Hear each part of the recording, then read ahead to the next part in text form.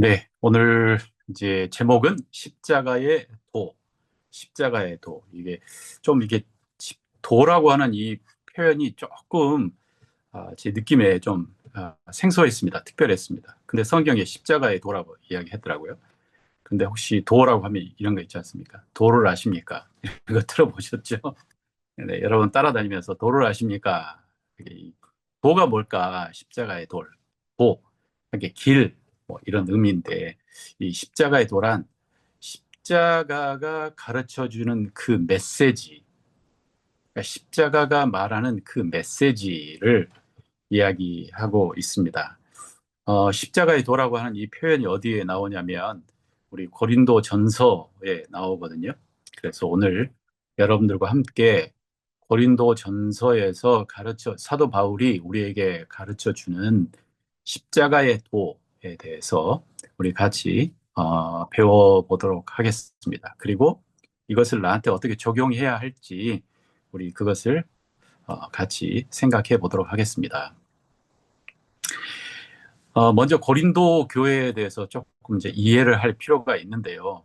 이 고린도 교회는 사도 바울이 이제 개척한 교회고 이게 AD 50년에서 52년. 그러니까 예수님께서 십자가에 못 박히시고 돌아가시고 승천한 지 불과 한 20년 안짝에 세워진 굉장히 이렇게 빨리 세워진 그러한 교회입니다. 또 그리고 이 고린도 전서 후서를 이렇게 보니까 기록 연대도 보니까요. AD 55년경에 써져 있더라고요. 그래서 이미 사도 바울이 이 복음을 들고 이 예루살렘과 온 유대와 사마리아 땅 끝까지 이르러서 이 전도했던 그때가 예수님께서 승천하신 지 한 20년이 된 이후이고, 그리고 사복음서 마태, 마가, 누가, 요한복음은 아직도 책으로 나오지 않는 그때에 이 복음서가 써진 거죠. 자, 이 고린도라고 하는 이 지역이 굉장히 특별합니다. 이게 그리스의 지역이고요. 그리고 굉장히 상업 중심지이고, 그리고 굉장히 똑똑한 사람들이 많이 모여 있는 그곳에 사도 바울이 복음을 전하는 거죠. 근데 고린도 전서를 여러분들 고린도 전서 후서를 읽어보면 고린도 교회는 굉장한 문제를 많이 가지고 있었습니다. 그렇지 않습니까? 그래서 고린도에다가 사도 바울이 학자들이 이야기하기를 편지를 최소한 4개를 썼을 것이다. 그래서 그 중에 둘은 우리가 가지고 있고 이제 고린도 전서, 고린도 후서, 그리고 둘은 우리에게 이제 잃어버렸고, 그리고 고린도 전서, 고린도 교회를 복음을 전하고 난 이후로 최소한 한 2번 정도는 방문했을 것이다 라고 이야기합니다. 그러니까 그만큼 이 교회에 있었던 문제가 굉장히 다이나믹하고, 그리고 그 문제의 면면을 이렇게 들여다보면 이게 그 교회의 문제뿐만 아니고 현재 지금을 우리 현재를 살아가고 있는 우리 교회 안에 있는 문제이고 또 우리들의 문제입니다. 그래서 그 문제 하나하나 보면 먼저 그 첫 번째 우리 고린도교에서 일어났던 문제들이 뭐냐면 이 분열, 파벌 싸움이 아주 심했던 것 같습니다. 그래가지고 그 교회가 3개, 4개로 막 쪼개져 가지고 나는 바울파야. 아니야. 나는 그 바울 그 약간 머리 벗겨지고 키 작고 말 못하는 그런 사람보다 나는 정말 인텔리하고 정말 말 엄청 잘하는 아볼로파야. 아니야. 나는 이것도 저것도 아니야. 나는 베드로파야. 그러다 보니까 또 아니야. 나는 베드로파도 아니고 나는 그리스도파야. 뭐 이렇게 하면서 이제 교회의 파벌이 아주 심했던 것이 바로 고린도 교회입니다. 상상을 해보십시오. 여러분이 있는 그 교회에 막 교회가 서로 나는 저기 담임 목사파야, 아니야 나는 저기 부목사님 파야, 뭐 나는 아니야 저 찬양 목사님 파야, 막 그러면서 막 서로 싸운다고 생각하면 정말 교회가 진짜 난장판이겠죠. 또 이 교회는 교회의 권위에 대한, 그러니까 문제되는 것을 문제로 바라보지 못하는 그러한 심각한 문제를 가지고 있었는데 그게 뭐냐면 그 교회에 아버지의 아내와 동거하는 그러한 사람들이 있었고 그리고 교회는 그것을 보고 아무것도 하지 않은 거죠. 또 성도들 간의 소송 전쟁도 엄청났다고 여기 이게 엄청났던 것 같아요. 이렇게 바울이 딱 이것을 지적하는 걸 보니까 그러니까 성도들 사이에서 교회 안에서 서로 법정 투쟁을 하는 거죠. 막 싸우면서 뭐 지금 우리 주변의 교회도 그런 교회들이 막 있지 않습니까? 그러면서 같이 하나였던 교회가 갑자기 쪼개지며 정말 쪼개졌던 한 교회는 1층을 사용하고 또 쪼개진 다른 교회는 2층을 사용하고 막 성도들이 새 성도들이 들어가는데 막 서로 막 눈치 싸움하고 막 정말 그러면서 이 문제를 서로가 해결할 수 없어서 법정으로 가져가고 법정 공방을 하는 그러한 상태가 바로 고린도 교회였고 또 그리고 거기는 예배의 무질서 그러니까 성찬식을 하는데 정말 누구는 먼저 와가지고 막 먹어버리고 막 그리고 후에 온 사람은 먹을 게 없고 막 이런 문제들도 있었고 또 그리고 거기는 굉장히 영적 교만에서 그 은사를 경험하면서 어떤 사람들은 사도 바울을 무시하는 것처럼 그렇게 그랬던 사람도 있었던 것 같습니다. 그리고 거기에는 이제 신학적인 오류도 심각했는데 그 중에 하나가 바로 부활, 곧 주님께서 오실 것이다 라고 하고 이제 그러니까 이 세상이 별로 의미가 없다 하면서 지금 우리가 마지막 정말 몇 년 안에 며칠 안에 예수님께서 오신다 이렇게 생각했던 그러한 극단적 부활 그 재림에 대한 사상도 있었고 그래서 이러한 수많은 고린도 교회의 문제들이 이제 있으며 사도 바울이 하나하나를 짚어가는데 사도 바울의 이 고린도 전서의 1장에서 뭐라고 이야기하냐면 바로 우리 오늘 주제인 이 우리 주제인 십자가의 도를 이야기합니다. 십자가의 도.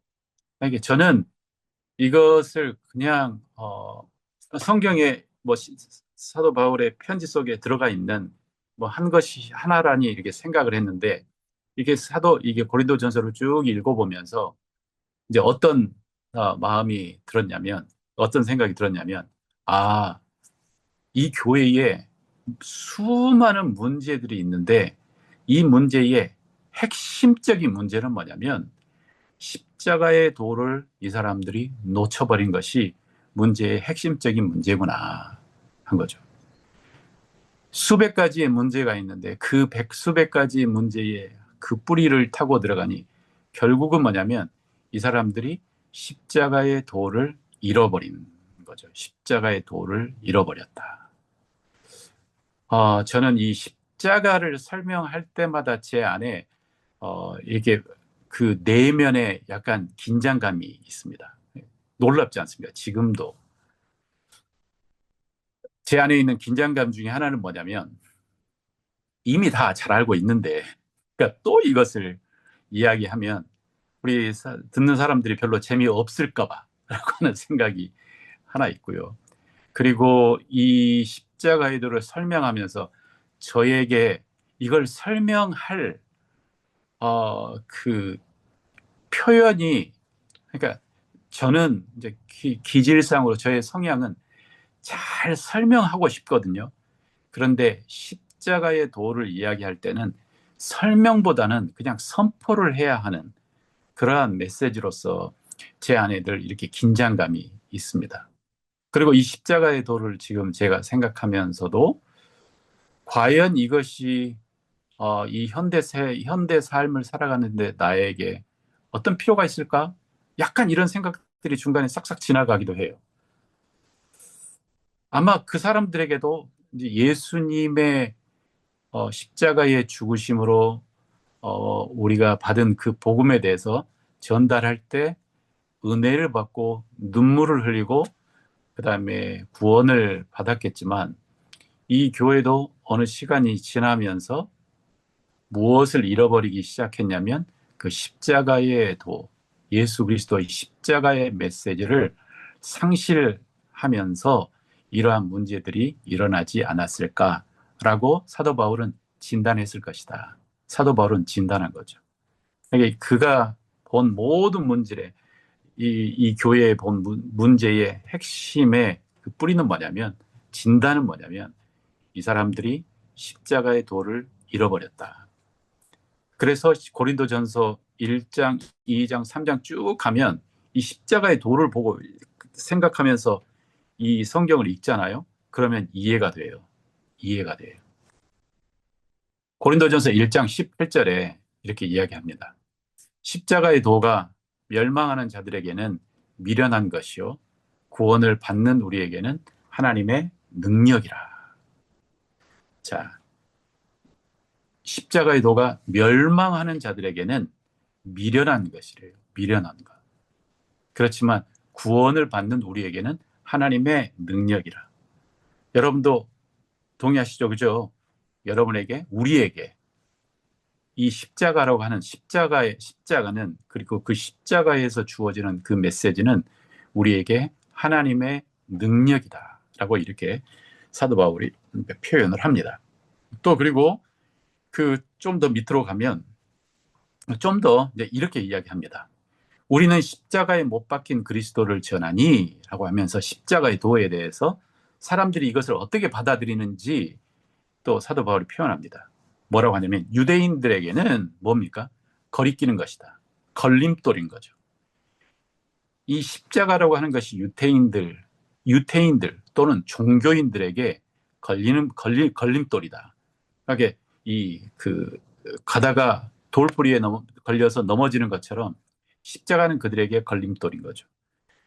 그 걸림돌인 이유가 먼저 그들이 예수님을 십자가에 못 박았지 않습니까? 그러니까 이 십자가의 메시지는 그 자기들이 못 박은 예수라고 하는 사람을 상상하게 하는 것이고, 이게 걸림돌이고, 또 그들의 하나님에 대한 신학도, 아니 어떻게 하나님이 야훼 하나님 말고 또 다른 우리 그 신이 하나님이 있을 수 있느냐, 이것도 걸림돌이고, 또 그리고 그 신이 있는데 그 신이 죽어? 그리고 그 신이 우리한테 왔는데 우리가 그 신을 죽였어? 이게 그들에게 걸림돌이다. 자, 그리고 이방인들에게는 이 십자가의 도는 뭐냐면 미련한 것이다 라고 이야기합니다. 십자가의 도는 미련한 것이다. 그러니까 이 미련한 이것을 영어는 넌센스라고 해요. 이해가 안 되는 것, 웃기는 소리인 거죠. 그래서 이방인들한테는 이 십자가의 도가 미련한 넌센스다라고 하는 것이죠. 그러니까 특별히 이 지혜를 사랑했던 그 그리스 사람들한테, 그리고 그 고린도라고 하는 그곳은 보통 이게 제가 찾아보니까 고린도는 퇴역 군인들, 그리고 이제 이제 아주 상위권에서 살다가 이제 마지막 그들의 인생을 좀 따뜻하고 좋은 편안한 곳에서 살려고 모였던 곳이 고린도라고 하는 도시였고, 그러니까 다들 그곳에 있는 사람들이 좀 똑똑한 사람들이고, 그리고 그 사람들, 우리가 그리스라고 하는 나라를 아는 것처럼 그 사람들은 정말 밥 먹고 토론하고 이야기하고 지혜를 찾는 사람들이지 않습니까? 이게 그 사람들에게 우리 구원자가 십자가에 죽었다. 이것은, 그리고 그 죽은 사람이 살아났다. 이것은 진짜 웃기는, 이해가 안 되는 소리라는 거죠. 자, 그러면서 또 24절에 이야기하기를, 오직 부르심을 받은 자들에게는 유대인에게나 헬라인에게나 그리스도는 하나님의 능력이요 하나님의 지혜니라. 부르심을 받은 자들에게 이 십자가의 도, 예수 그리스도의 십자가의 죽으심에서, 그곳에서 던져지는 그 메시지는 뭐냐면 하나님의 능력과 지혜라고 하는 거죠. 저는 이 능력과 지혜라고 하는 이 두 단어가 함께 있는 것이 진짜 중요하다고 생각합니다. 세상의 철학자들은 지혜를 이야기할 수는 있어요. 그러니까 우리가 지금 직면한 문제에 대해서 정말 지혜롭게 설명해 줄 수는 있어요. 그리고 그 문제를 진단해 줄 수도 있어요. 정말 세상에 이 그 학문이 요즘 정말 너무 그 우연히 제가 어제 어떤 공부를 하면서 우리 아인슈타인이 만들어 놓은 그 법칙 E는 mc 제곱근이다. 이게 뭐냐면 에너지는 질량과 빛의 속도의 제곱근이다라고 하는 이것을 우리 이제 아인슈타인의 공식이잖아요.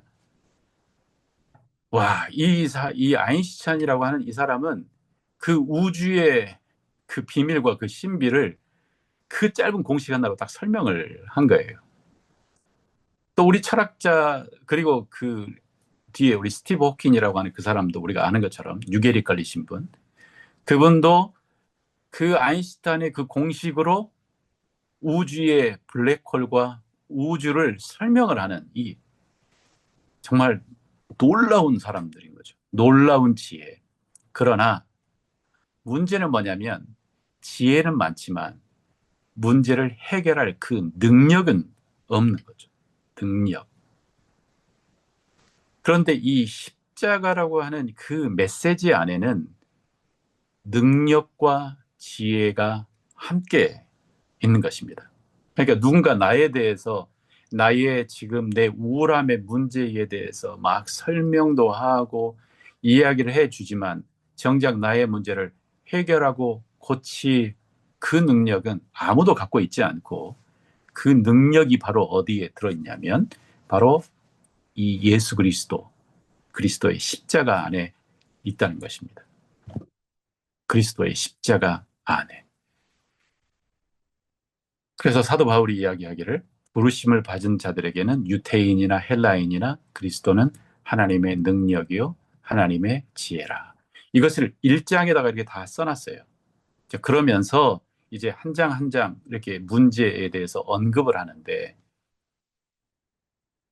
그 고린도 교인들이 우리가 생각할 때 문제가 이렇게 많았기 때문에 그 사람들은 복음에 대해서 잘 몰랐겠다라고 생각을 하지만 고린도 1장 1장 2절 3절 읽어보면 사도 바울이 그들을 보면서 너희들은 언변도 뛰어나고 그러니까 여기서 언변은 그리고 지혜도 많고 여기서 언변이나 지혜는 그냥 세상의 언변과 세상의 지혜가 아니고 복음을 잘 예수님에 대해서 잘 설명할 수도 있고 그리고 변증적으로 정말 그 기독교 신앙을 잘 변증할 능력도 있고 그것을 설명할 능력도 있고 그다음에 영적 은사도 많이 가지고 경험한 우리 눈에 보기에는 굉장히 이상적인 아주 성숙한 크리스찬의 모습인 것처럼 보이지만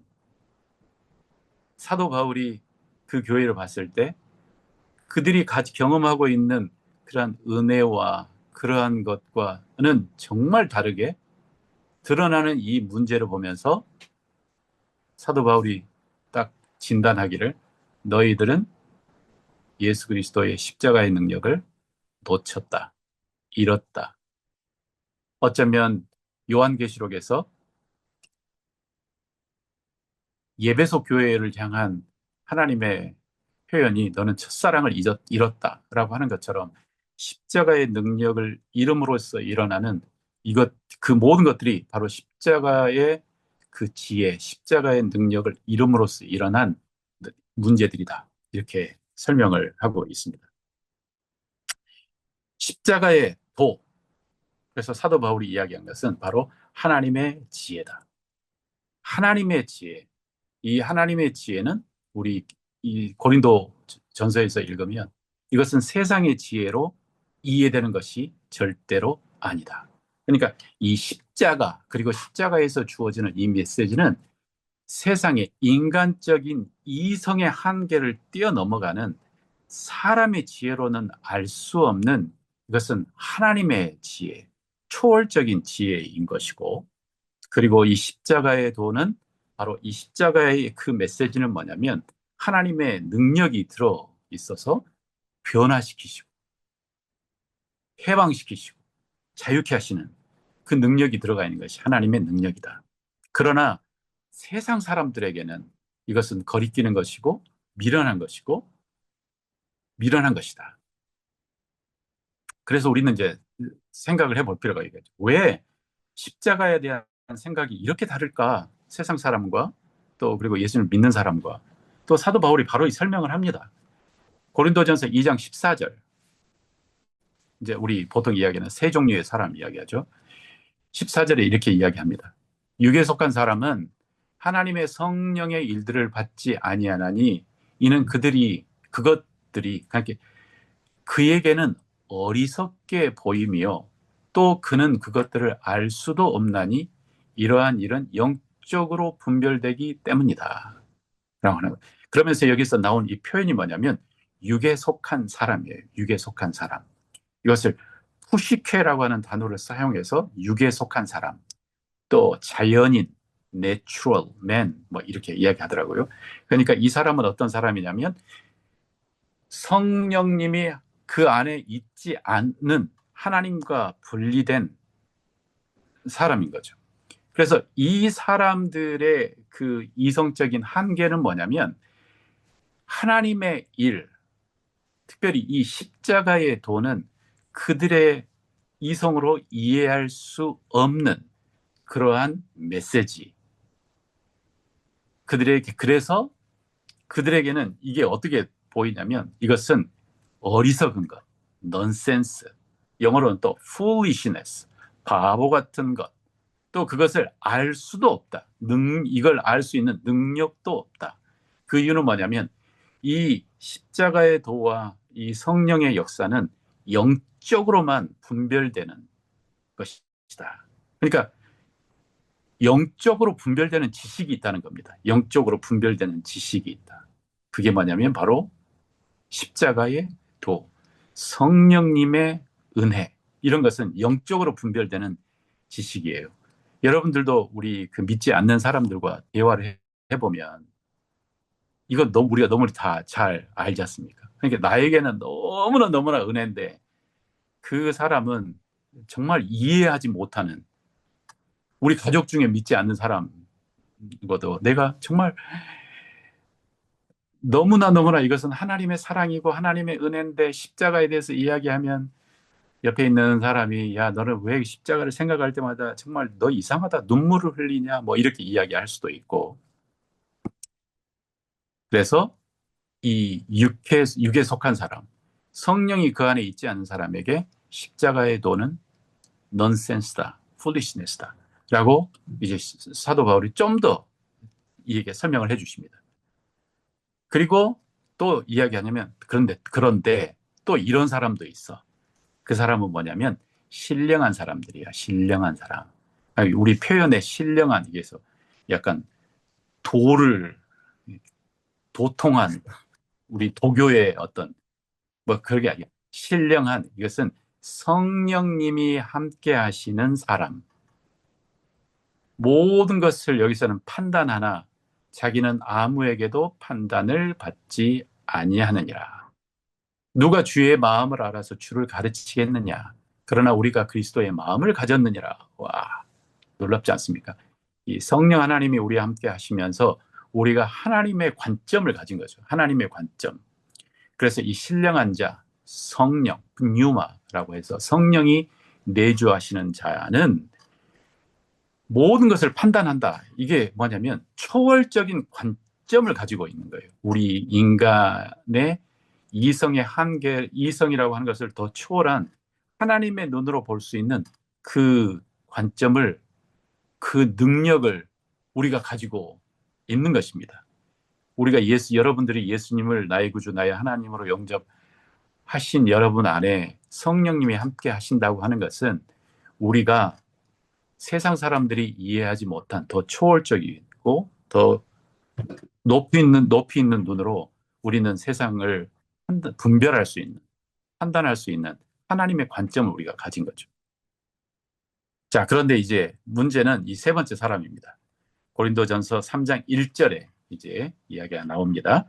제가 한번 읽어보겠습니다.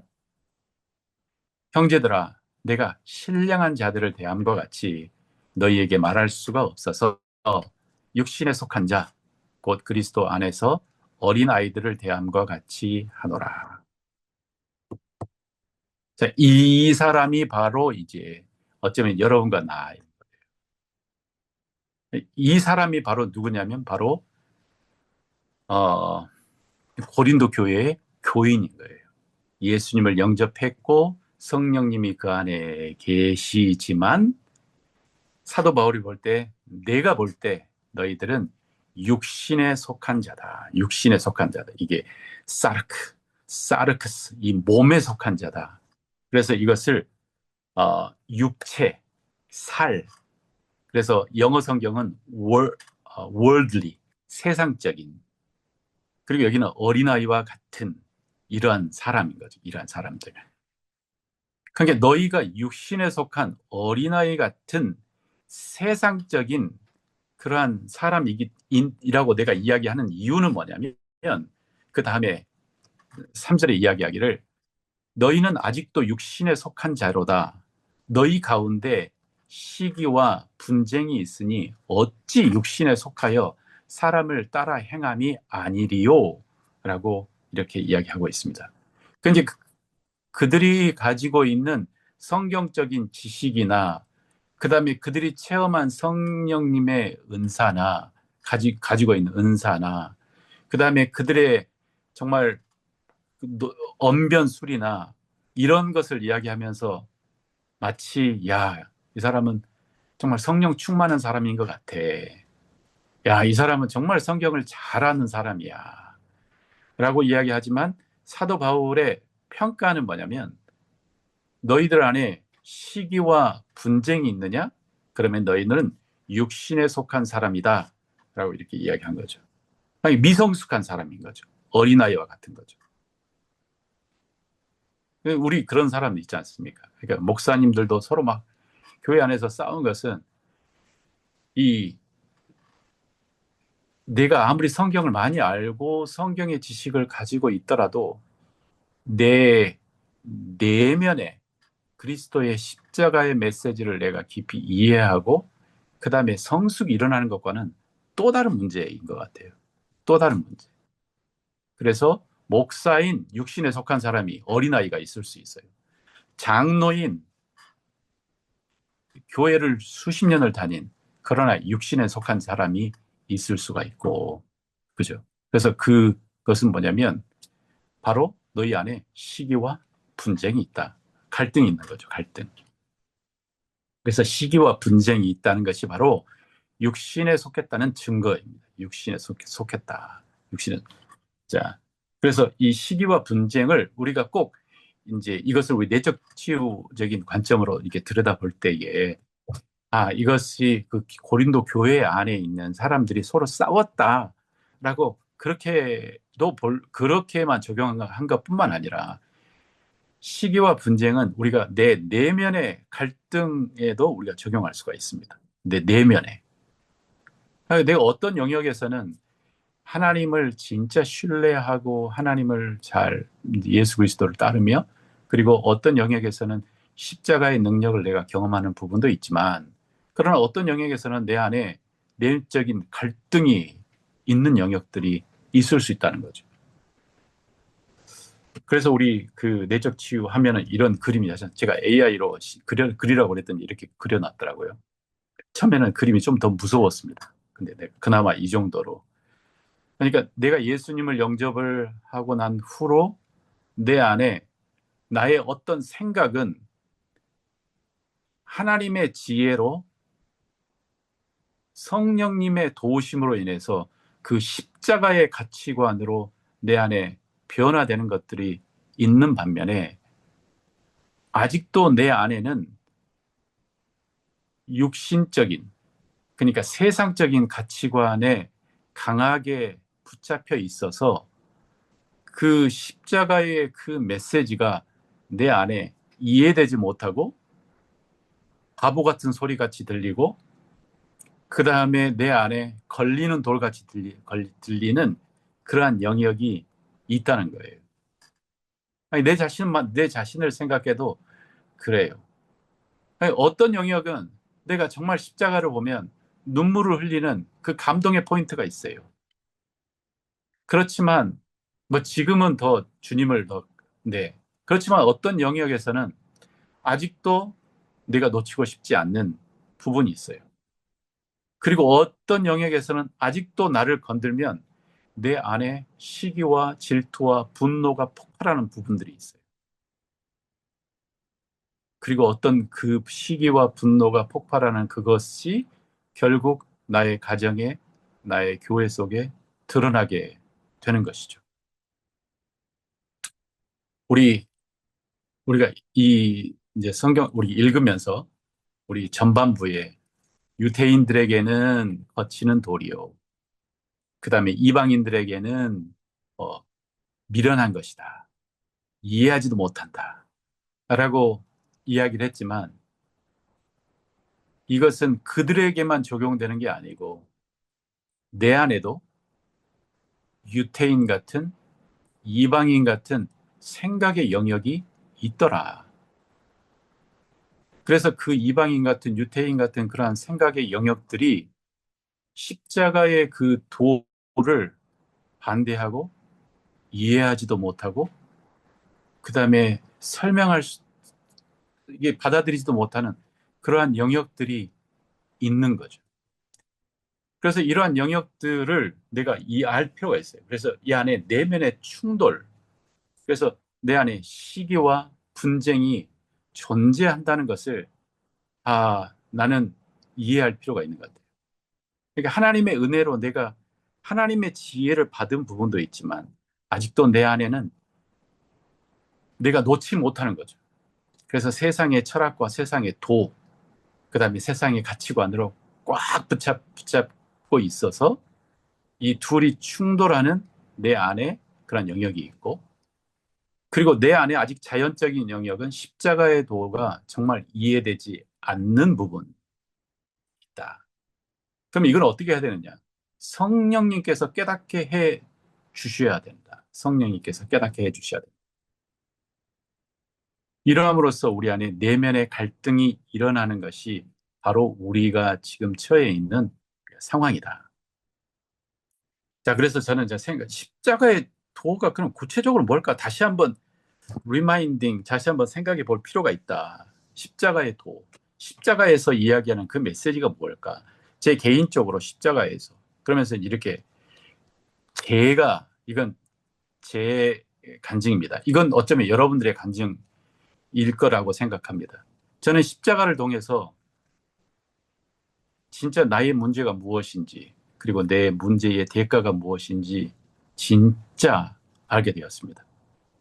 내가 십자가를 통해 내가 진짜 죄인임을 알게 되고, 그리고 내가 죽을 수밖에 없는 그러한 악한 존재이고, 죄인이라고 하는 것을 알게 되며, 그 죄가 얼마나 무서운지에 대해서 알게 되었습니다. 또 십자가를 통해서 저는 내 영혼의 깊은 자유함을 경험하게 되었습니다. 그러니까 우리가 자유를 갈망하지만, 어, 아직도 제 안에 자유를 갈망합니다.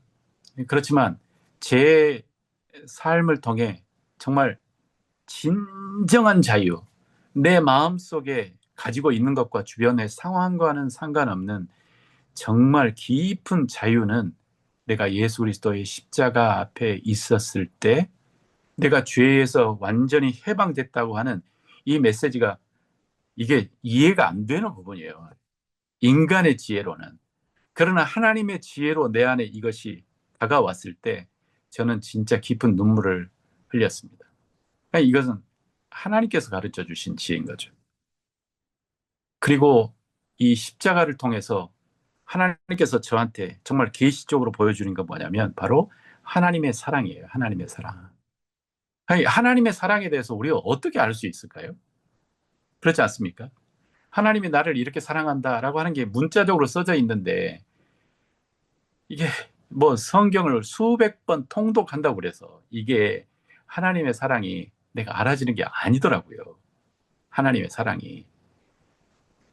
정말 예수님이 오시지 않았다면 그리고 그 예수님이 십자가에 못 박혀 죽으시면서 이게 바로 너희를 향한 하나님의 사랑이다라고 하는 이것을 보여주시고, 또 성령님이 그것을 정말 초월적인 지혜로 내게 말씀을 해주셨고, 내가 그것을 깨달음으로써 비로소 나는 하나님이 나를 얼마나 사랑하는지에 대해서 정말 조금씩 조금씩 알게 됐다는 거죠. 이건 우리가 이해해서 알게 되는 게 아니잖아요. 하나님의 사랑은 우리가 이해해서 알게 되는 게 아니에요. 정말 이건 성령님께서 십자가를 통해서 저한테 보여주시고 밝혀주시고 말씀을 통해서 밝혀주셔서 정말 제 마음에 하나님이 나를 진짜 사랑하시는구나. 하나님이 진짜 나를 사랑하시는구나. 이걸 내가 알게 됐어요. 이것은 제 마음에는 늘 제 마음속에 그려진 하나님은 뭔가 저를 향해서 늘 약간 고개를 돌리고 계신 하나님이셨어요. 못마땅하게. 그래서 하나님이 나를 사랑하시는 그 사랑의 그 느낌이 계속 제 안에 있는 어떤 내가 진짜 잘 이해하는 세상적인 그 느낌하고 계속 충돌을 일으켰죠. 내가 알고 있는 세상적인 느낌은 뭐냐면, 너 절 열심히 잘하지 않으면 너 안 돼. 너 성적이 그게 뭐야? 야, 네가 하는 일 다 그렇지. 내가 너 사랑하는데 너 더 열심히 해야 되지 않을까? 이런 종류의 사랑의 이 색깔만 느껴오고 난 다른 것을 이해하지 못해요. 그런데 내가 진짜 주님을 만났을 때 내 안에 정말 하나님의 사랑의 색깔이 제 안에 다가오고 느껴지게 됐어요. 그리고 내 존재 가치도 마찬가지예요. 내 존재 가치도. 이것은 그냥 하나님의 사랑을 아니까 제 안에 이해된 거예요. 내가 얼마나 소중한지. 여러분들이 얼마나 소중한 존재인지 잘 알고 계셔요? 언제부터 알고 계시기 시작하셨나요? 내가 열심히 성경을 공부해 보니까, 아니면 인강을 열심히 듣고 인문학을 공부해 보니까 내가 진짜 존귀한 자다. 내 영혼 깊이 이게 깨달아지셨나요? 나의 진짜 가치는 정말 하나님께서 보여주신 그 십자가와, 그리고 그 십자가를 내 안에 밝혀주시는 그 성령님의 도우심으로 내 안에 나의 진짜 존재 가치를 알게 돼요. 저는 그렇게 알았어요. 물론 아직도 매우 자주 제 안에 나를 붙잡는 땅의 소리가 있어요. 나를 끌어당기는 땅의 소리가 있어요. 그러면서 그 땅의 소리에 내가 살짝 들면 마치 뒤에서 채찍을 치면서 더 열심히 안 해? 더 열심히 안 해? 라고 이야기하는 소리처럼 저를 막 정신없이 뛰게 하는 그 소리가 있어요. 너 그렇게 해서 가치가 있을 것 같아? 이런 강박적인 소리가 있어요. 그런데 지금은 제가 그럴 때마다 한숨에서 이렇게 심호흡을 하며 다시 하나님을 생각하고 내가 누군지 다시 깨닫게 되는 하늘의 메시지가 있어요. 그리고 그 메시지는 진짜 내 마음을 만족하게 해요. 그 메시지는 이 하나님의 이 지혜는 정말 나를 만족하게 해요. 그리고 그 십자가는 내게 진짜 사랑이 무엇인지 알게 해줬어요. 내가 이 사랑이 무엇인지 안다는 것과 막상 실천한 것과는 또 다른 문제지만, 그러나 안다는 건 참 중요한 것 같아요. 그래서 제 아내를, 제 자녀를 내가 이 사랑을 안다는 것도 이건 진짜 기적이에요. 기적이에요. 나는 원래 이기적인 존재이기 때문에, 그리고 그 이기적인 그 시스템이 나한테 너무 이성적으로 잘 이해돼요. 이기적인 시스템이 너무 합리적이에요. 그런데 십자가를 통한 하나님의 그 보여주시고, 그리고 그 십자가의 능력으로 그 성령을 통해서 내 안에 내려오는 그 메시지가 진짜 사랑이 무엇인지 하나님 저를 가르쳐 줘요. 그래서 제가 이전보다는 조금 더 덜 이기적인 사람이 되어 가고 있어요. 이 십자가를 통해서 우리는 하나님을 알게 됐어요. 나는 하나님을 알게 됐어요. 예수님을 통해서, 그리고 그 십자가에 있는 예수님을 통해서 하나님이 어떤 분이신지를 알게 됐어요. 그리고 이 십자가를 통해서 십자가를 묵상하며 나의 살아갈 사명이 무엇인지 알게 돼요. 그러니까 내가 십자가를 깊이 묵상함으로 인해서 하나님께서 내게 깨닫게 해주시는, 이 깨닫게라고 하는 이 표현이 참 좋은 것 같아요. 그러니까 내 이성적인 추론으로 찾아가는 게 아니고 하나님께서 빛비침으로 나에게 알게 하시고 깨닫게 하시는 그 메시지. 그리고 이것은 뭐냐면 사도 바울이 이야기하는 지혜예요. 세상이 이해하지 못하는 초자연적인 지혜예요. 하나님의 지혜, 성령의 지혜. 그리고 이 지혜는 세상 사람들이 이해하지 못하는 지혜이고, 그리고 바로 이 십자가의 메시지와 그 지혜는 내게 능력이 돼요. 능력이 돼요. 나를 치유하게 하고, 나를 용납하게 하고, 그리고 갈등을 해결하게 하고 하는 그 능력이에요. 이 고린도 교인들은 자기들이 십자가를 잘 알고 있다고 생각을 했던 것 같아요. 그리고 이 십자가의 능력을 어느 정도 경험을 했겠죠.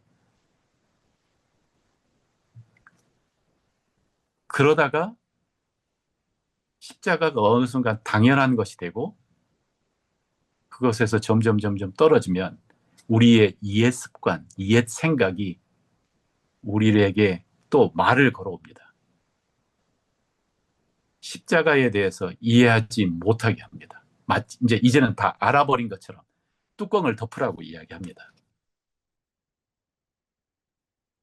그러다 보니 내 안에 있는 나의 이기심과 그리고 나의 욕심들이 꿈틀꿈틀거리며 우리가 있는 교회 안에서 다시 한번 옛 습성에 따라 서로 싸우고 갈등하게 하고 내 정욕의 느낌에 따라 내가 죄를 짓고 이런 죄의 모습들이 드러나는 거죠. 그래서 사도 바울이 이야기하기를 십자가로 다시 돌아가고 십자가의 그 은혜 안으로 다시 돌아가라 라고 하는 것이 사도 바울의 메시지. 고린도전서 3장 18절에 이렇게 써졌어요. 아무도 자신을 속이지 말라. 너희 중에 누구든지 이 세상에서 지혜 있는 줄로 생각하거든 어리석은 자가 되라. 그리하여야 지혜로운 자가 되리라. 제가 이 말씀을 보면서 어, 제가 들었던 것이 뭐냐면 유대인들과 헬라인들의 그 안다라고 하는 그 차이에 대해서 제가 들었어요. 그러니까 헬라인들은 어떤 정보, 지식을 딱 듣고 들으면 그리고 그걸 설명할 수 있으면 안다라고 이야기했지만 유대인들은 이것이 진짜 나의 삶의 진실이 되었는가? 내가 그렇게 사는가? 그러기 전까지는 나는 잘 모른다. 이렇게 이야기하는 것을 제가 들은 적이 있었던 것 같아요. 이 말씀도 마찬가지인 것 같아요. 내가 십자가에 대해서 이미 잘 알고 있다고 생각하는가? 그런데 네 안에 시기와 분쟁과 이것이 있는가? 너는 모르는 거야. 너는 모르는 거야. 그래서 너는 차라리 이렇게 대답하는 게 맞아. 저는 잘 모르겠어요. 저는 잘 모르겠어요. 그럴 때 진짜 하나님의 은혜가 내게 있는 것 같아요. 그래서 어리석은 자가 되라. 잘 모르겠어요. 그럴 때 하나님께서 하나님의 지혜를 우리에게 부어주신다. 나의 열매를 보고 나를 이해하는 것. 그래서 이 십자가의 이 도는 우리가 결국 놓쳐버리서는 안 되고 이 십자가의 도를 생각하며 우리는 아직도 우리의 마음속에 하나님께서 주시는 은혜와 감동을 경험을 할 수가 있어야 돼요. 그래서 오늘 여러분들이 나눔할 시간에 조금 전에 제가 보여드렸던 것처럼 이것은 십자가를 통해서 나는 내 문제가 무엇이며 나의 가치를 알게 되었습니다. 하나님의 사랑을 알게 되었습니다. 뭐 이렇게 하는데 이 중에 여러분 안에 십자가의 도와 충돌하는 것이 무엇이 있는지 나의 삶을 돌이켜보면서 한번 생각해 보셨으면 좋겠어요. 아니, 내 안에 먼저 어떤 시기와 질투와 갈등이 있는지, 그리고 그것이 십자가의 도와 어떻게 충돌되는지, 이것들 한번 생각해 보셨으면 좋겠습니다. 그리고 진짜 소원하는 것은 사도 바울이 그랬잖아요. 이 십자가의 도 안에 하나님의 모든 지혜가 함께 담겨 있다. 너희들이 그것을 진짜 잘 알았으면 좋겠다. 라고 이야기하는 그 권면처럼 우리가 이 내적 치유를 통해서 우리의 마음의 그 미묘함을 조금 더 이해하게 됐잖아요.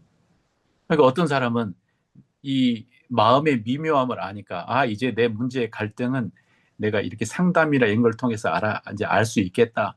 이제 일로 빠져버리지 마시고 내 마음의 미묘함, 그다음에 내 마음의 복잡함을 알게 되었다면 이제는 그 내 마음을 이해함으로 어떻게 더 십자가를 내 마음속에 깊이 세울까?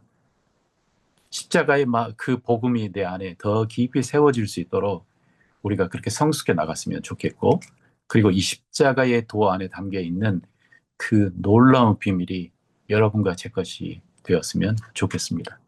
제가 한번 기도하고 마무리하겠습니다.